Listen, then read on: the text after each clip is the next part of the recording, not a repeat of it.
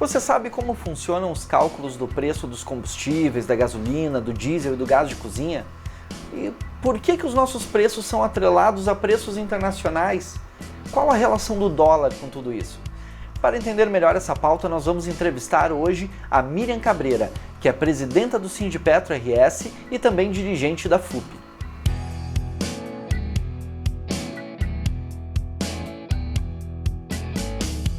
Bom, Miriam, muito obrigado primeiro pela tua disposição. E a gente queria saber de ti. O preço do diesel, da gasolina, sempre dá o que falar, né? Mas como esse preço é formado, né? O que compõe esse cálculo do preço dos combustíveis? O preço dos combustíveis, basicamente, ele envolve os custos de produção, a produção que é envolvida, quando a gente fala em etanol. No caso dos combustíveis, gás de cozinha, gasolina e diesel, é levado em consideração mais o preço do mercado internacional.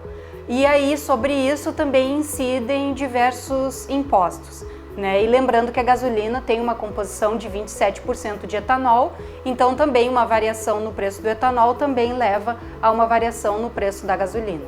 Alguns aumentos, né, dos valores dos combustíveis chamam atenção, seja por uma alta muito brusca, aumentos seguidos, por protestos que teve em alguns momentos e até por fatos mais inusitados que aconteceram. Eu lembro que no governo Dilma teve alguns aumentos, a gasolina chegou a beirar acho que 13,40 e eu lembro de um vídeo de uma mulher no posto de gasolina, né, que virou meme na internet na época.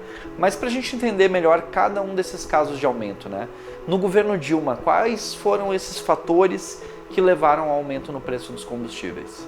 Então, naquele momento, né, apesar da Petrobras não praticar uma paridade do preço de importação, que é o que a gente pratica hoje, os preços dos derivados no mercado internacional deveriam ser levados em conta para poder elaborar os preços dos combustíveis vendidos aqui no Brasil. E naquele momento nós estávamos vivendo um período em que o preço do barril do petróleo chegou a valer $140. Né? Embora o dólar não estivesse tão alto como está hoje em dia, isso teve um impacto, né, nos preços dos derivados que estavam sendo vendidos naquele momento. Porque a Petrobras produzia praticamente todo o combustível que era vendido, né? E no ano de 2014 foi o ano em que nós operamos ao máximo as nossas refinarias, né? Um fator de utilização que a gente chama de 98%, mas ainda assim era necessário importar uma parcela de combustível porque vivíamos aquele momento de crescimento econômico, a nossa economia estava bastante aquecida, então todo o combustível produzido no nosso país não era suficiente para abastecer o mercado. E aproveitando o gancho, o que seria então esse PPI, essa paridade de preço de importação? Então o PPI é o chamado paridade de preço de importação. Significa que a refinaria, né, a Petrobras, está cobrando na torneira da refinaria, vamos dizer assim, o valor do combustível como se ela estivesse importando esse combustível. Então é o custo de comprar o combustível, o mercado de referência é o do Texas, nos Estados Unidos. Então comprar esse combustível lá no Texas, trazer ele para o país, então custos de transporte, de navio e etc., mais as taxas de internação desse combustível. Então isso é o que é conceitualmente a paridade do preço de importação. Mas continuando então sobre os aumentos no preço dos combustíveis, depois então do PPI, teve alguns aumentos no governo Temer, mas no governo Bolsonaro a gasolina chegou a custar R$ 8,39 no estado que registrou o maior preço, né? Em 11 estados chegou a passar de R$ 8,00, né? Então, quais foram os fatores para chegar até esse preço? Foi só a crise internacional? Foi a pandemia? O que levou o preço da gasolina a esse patamar? Então, o que aconteceu é que, como nós estávamos com o preço pareado com o preço internacional, o que ocorreu no mercado internacional acabou nos influenciando fortemente. Veja que os impostos, em termos percentuais, não mudaram nesse período, né? Então, o que mudou mesmo foi a base de cálculo, e a base de cálculo era o valor do combustível na torneira da refinaria. Então, no momento em que teve guerra na Ucrânia, inclusive o próprio diesel acabou tendo um preço diferenciado. Até hoje o diesel está com um preço diferenciado com relação à gasolina, também porque o mercado do diesel acabou se comportando diferente.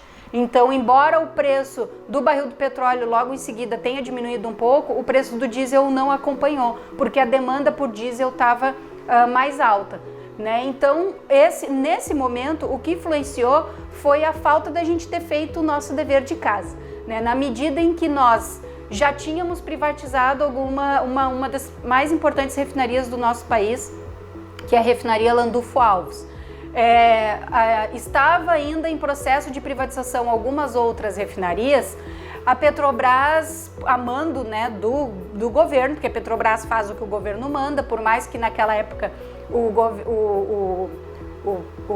governo tentasse dizer que não, que a Petrobras é que decidiu praticar aquela política de preço, praticava porque o governo mandava, né? Então, apesar disso, como a gente estava vendendo as nossas refinarias, precisamos então importar o combustível e aí, por decisão do governo, acabou sendo mantida a paridade de preço e aí os preços foram acompanhando o que estava acontecendo no mercado externo, que naquele momento estava muito instável. Certo. E antes da eleição, o Bolsonaro ele tirou o imposto do combustível, né? Numa medida vista por muitos como eleitoreira, porque ela foi pouco antes do período eleitoral e só durava até dezembro, né? Bom, depois disso tivemos uma troca no governo, o presidente Lula renovou por algum tempo a isenção e depois os impostos voltaram, né, esses tributos voltaram a compor o preço do combustível. Mesmo assim, a gente está com um preço muito distante daqueles R$8 que a gente chegou a ter. Por que isso?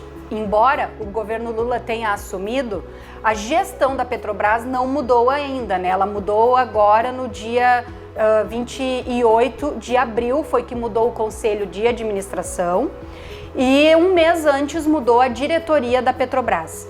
Então, nesse momento, o preço está mais baixo porque o preço do dólar e o preço do barril do petróleo deram uma baixada. Também um pouco questões internas, né? Porque uma vez que o Brasil começa a se tornar um país mais confiável para investimentos, o preço do dólar também baixa, né? O preço do dólar tem flutuação por motivos externos, como eu expliquei antes, mas também tem flutuação por motivos internos, né? Então, nisso, o governo tem atuado para tentar baixar o preço do dólar, né? Mas o preço do barril do petróleo, que antes chegou a $100, agora está na casa dos $70, então isso tem influenciado o preço dos derivados. E a privatização das refinarias, então, ela é outro fator que contribuiu e contribui para o aumento de preço? O que acontece é que o preço com certeza seria o preço de mercado, porque a empresa privada que comprasse,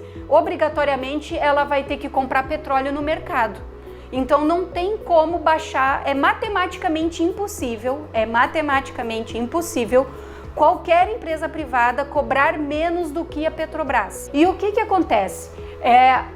O mercado todo que é abastecido pela Refap é todo o mercado do Rio Grande do Sul e o oeste catarinense e podendo ir até o oeste do Paraná, né, pelas questões de distâncias e pelas questões da matriz ali para poder transportar esse combustível. Então, o que acontece? Não teria como a gente competir com a refinaria do Paraná, entendeu? Que fica a 800 quilômetros de distância da refinaria aqui do Rio Grande do Sul. Então, quem comprasse a refinaria, na verdade, estaria comprando o mercado. Quem comprasse teria a liberdade de botar o preço que quisesse, uma vez que não ia ter concorrência entre outros agentes, porque não tem como importar combustível de outro lugar, é só esse duto que existe, e não tem como competir com o transporte por caminhão. E quais que são as medidas que os petroleiros e petroleiras acreditam que ainda devem ser tomadas para os combustíveis chegarem a um preço justo? O que a Petrobras precisa fazer agora? Ela precisa remodelar o seu planejamento estratégico.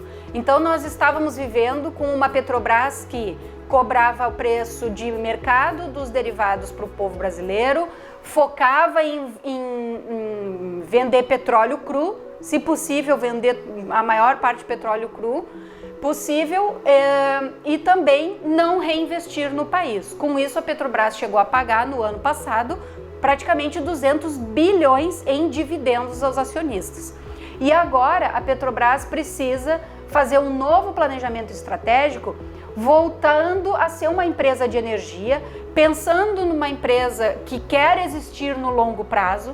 Então, uma empresa de petróleo que quer existir no longo prazo, ela tem que reinvestir no país, vai ter que reinvestir no refino para garantir o nosso abastecimento, vai ter que reinvestir em transição energética, pensando que o mundo já está fazendo essa transição. As grandes empresas de petróleo do mundo têm reservado uma parcela importante dos seus lucros para fazer investimento na área de transição energética.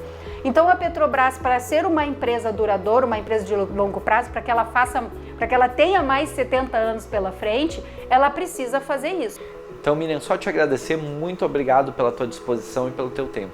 Mas satisfação minha estar aqui com vocês, conversando um pouquinho da Petrobras e da Refap, né, que é aqui da nossa comunidade da região metropolitana e tem uma importância enorme para garantir o abastecimento do nosso estado, para garantir a arrecadação para Canoas, né? Então, estou sempre à disposição aí para a gente conversar. Então, recapitulando, o preço médio da gasolina é formado por diversos fatores. Vamos pegar o Paraná como exemplo de um valor médio. O preço do litro na refinaria seria de R$ 13,88, somando mais 62 centavos do custo do etanol anidro. Aí nós teríamos 62 centavos de impostos estaduais, nós teríamos 24 centavos de impostos federais e 77 centavos que seriam valores para o transporte e valor de revenda. Cada refinaria da Petrobras cobre uma área de território estratégica, não havendo concorrência entre as refinarias. Quando uma refinaria é privatizada, acaba sendo vendido todo o comércio local de abastecimento, uma vez que não tem concorrência próxima e trazer combustível de mais longe geraria um custo maior no preço final. O Brasil é autossuficiente em petróleo, mas não é autossuficiente em refino. O que pesa no preço dos combustíveis também é o fato de vendermos o petróleo cru para depois comprar refinado. Medidas como o fim da paridade de preço de importação, investimento em refinarias e na área da transição energética são importantes para manter preços baixos e assegurar o futuro da Petrobras.